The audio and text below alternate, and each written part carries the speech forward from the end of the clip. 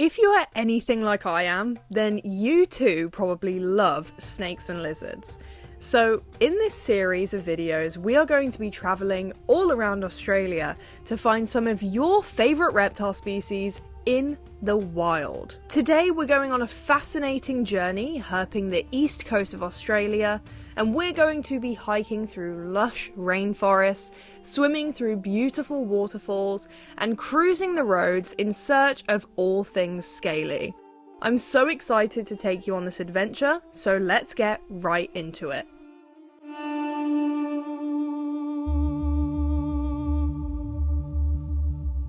We're kicking off the journey from Sydney CBD, heading north to Coffs Harbour, the home of the Big Banana. It was about a 5.5-hour drive, so it was a bit of a trek, but trust me, the adventure was just getting started. We finally arrived at our campsite around 9 PM, and as we were setting up our trangia, things almost go horribly wrong. We nearly started a bushfire. Yep, you heard that right. We learned our lesson, don't worry. Luckily, we got the tent up, knocked out, and got a solid night's sleep before waking up at 8 AM to head to our next stop, Byron Bay.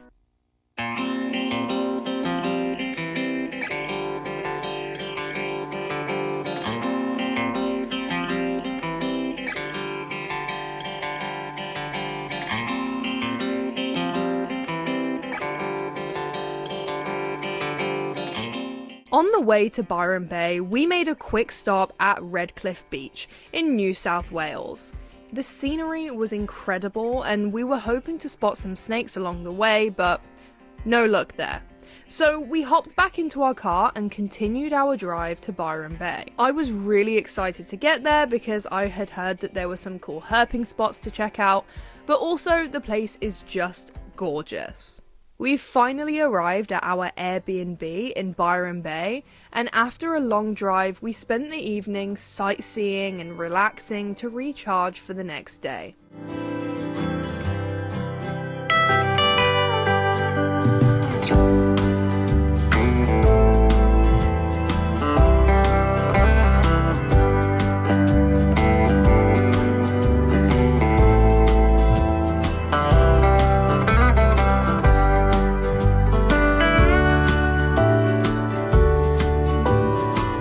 Bright and early the next morning, we set off to check out the famous Byron Bay Lighthouse. This spot was actually recommended to us by our Airbnb host, and it did not disappoint. And then, just as I was taking in the sights, we had our first snake encounter. An eastern brown snake. Now this encounter was extremely close. I almost stepped right on it. But luckily, we both saw each other just in time. As for the rest of the herps, well, I also saw some small skink species, but they were so fast and with so many people around, it was impossible to get them on camera. Same with the brown snake, he was far too speedy. After we made it to the top of the lighthouse, we were treated to spectacular views, including some dolphins and even a turtle. But as we were heading back down, we found something interesting. A shed from an eastern brown snake. And the eye caps were still intact. We were buzzing. The eastern brown snake is one of the most venomous snakes in the world, native to eastern and central Australia, and is recognised for its slender, tan or brown body. Known for its speed and defensiveness when threatened, it primarily preys on small mammals, reptiles and amphibians, and is responsible for the majority of snakebite fatalities in Australia.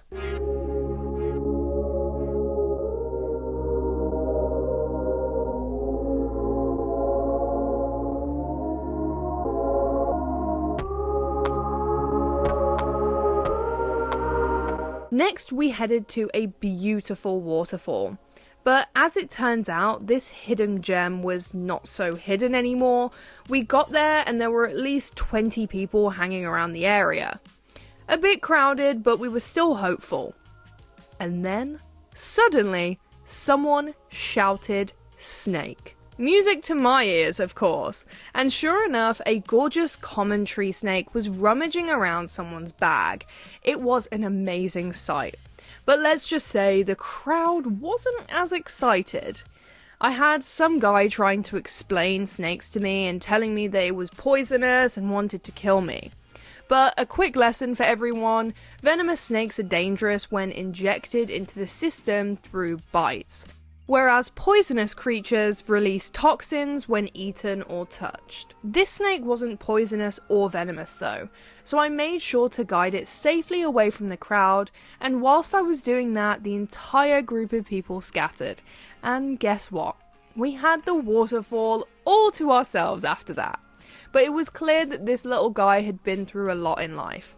It had several wounds on its body, so I didn't want to handle it too much. Before heading home, we knocked down these stone stacks. Stone stacking is considered bad for the environment because it disrupts the natural ecosystems by altering the landscapes, potentially causing erosion, damaging animal habitats, and disturbing the delicate balance of river flow. Remember guys, when we're going to these beautiful places, we need to leave no trace. Leave everything as you found it.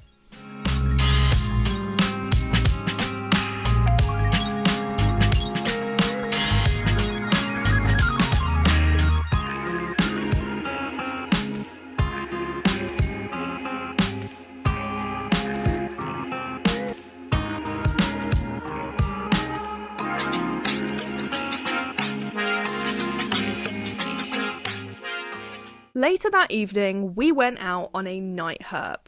We knew cane toads were an invasive species here in Australia, but I had no idea just how many there would be. They were everywhere, and it's easy to see why they've become such a problem for the environment. Cane toads eat and outcompete native predators, and their toxic skin can kill native species that try to eat them. After stumbling across a ton of cane toads, we found something even more heartbreaking. A white-crowned snake that had unfortunately been hit by a car. It was a real downer. The white-crowned snake is a small, mildly venomous species native to eastern and southeastern Australia. Recognised by its distinctive white crown and dark patterned bodies, preferring open woodlands and grassy areas. It primarily feeds on small reptiles, frogs, and even occasionally insects.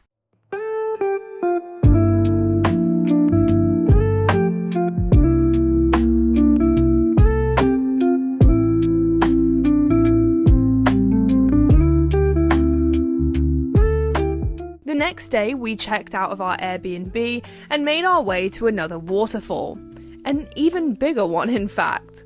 On the way, we saw a huge land mullet dart across the road. Unfortunately, that was the only one we spotted, but I was still pretty stoked. Now, land mullets are fascinating creatures. These lizards can grow up to 70 centimeters long and are known for their secretive, ground-dwelling lifestyle. They have strong and sturdy legs and are amazing at burrowing.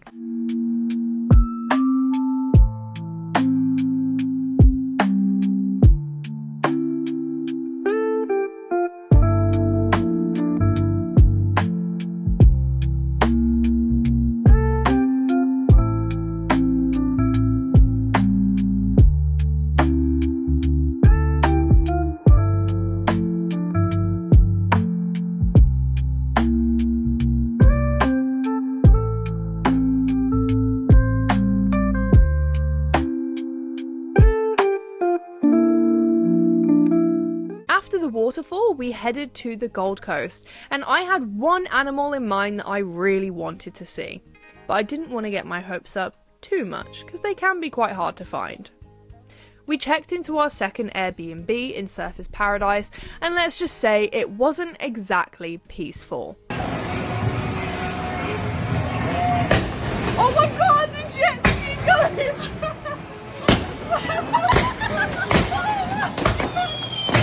We were overlooking a nightclub, and there was a jet ski doing backflips in the pool. There were also fireworks and loud music until early in the morning. It's brilliant, right? After a bit of a rough start, okay, a lot of rough starts, we made our way to a huge national park about an hour west of Surfers Paradise. It was a lush rainforest, and even though it was midsummer, the temperatures were only 17 degrees Celsius. Seriously, we thought someone was messing with us. But with the humidity in the air, we thought we might find some cute little frogs. We didn't. We saw a ton of millipedes and a few moths, but when we got to the end of the circuit, we decided, you know what? Let's give it another go. Let's walk back around. We decided to give it one more shot.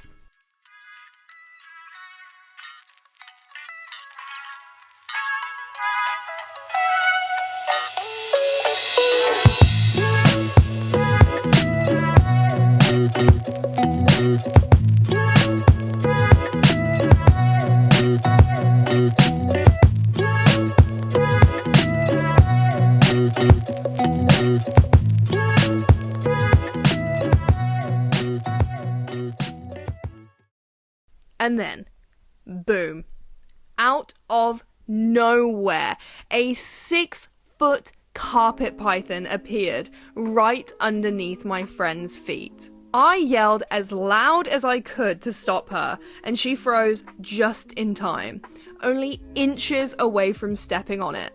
We both freaked out, obviously. Finding a carpet python in the wild has been a dream of mine ever since I booked this trip. This was a goal animal. It was an unforgettable moment, and after a few high fives and deep breaths, I managed to get some amazing footage of it. Coastal carpet pythons are a subspecies of carpet python, renowned for their beautiful and intricate patterns, which can range from yellow and gold to bright greens and blacks. They are semi-arboreal, meaning they spend a significant amount of time in the trees, but you can also find them on the ground, just like I did. They hunt in a variety of habitats, such as rainforests, woodlands, and even coastal scrublands. These pythons are constrictors, using their muscular bodies to subdue prey like small mammals, birds, and reptiles.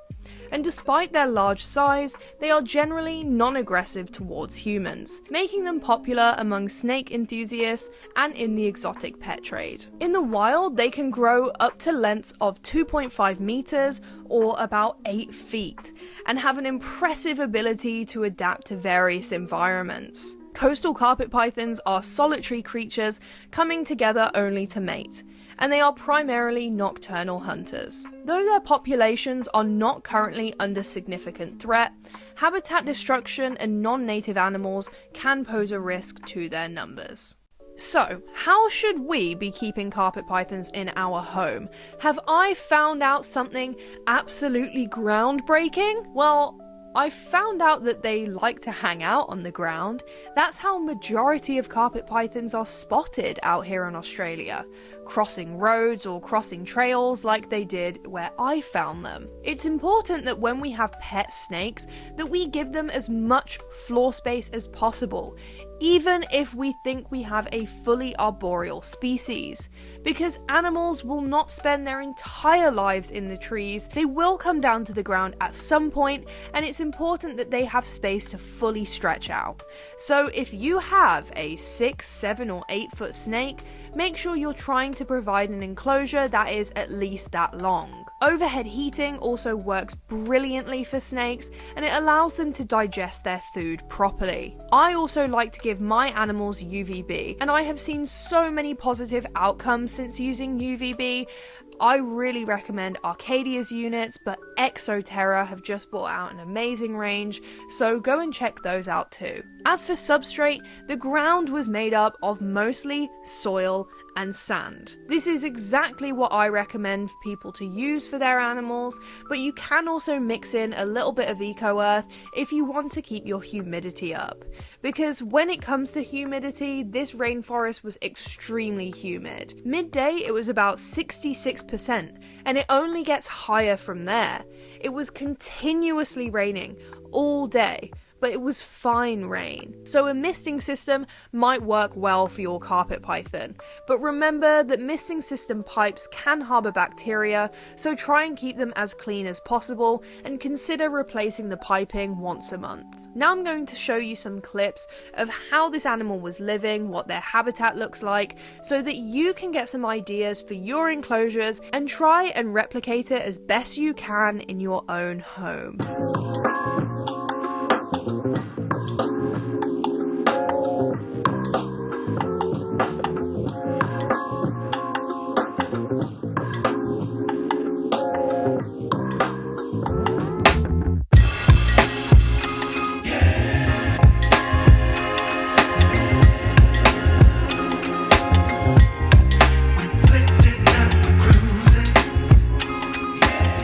And that's where I'm going to leave this video for today.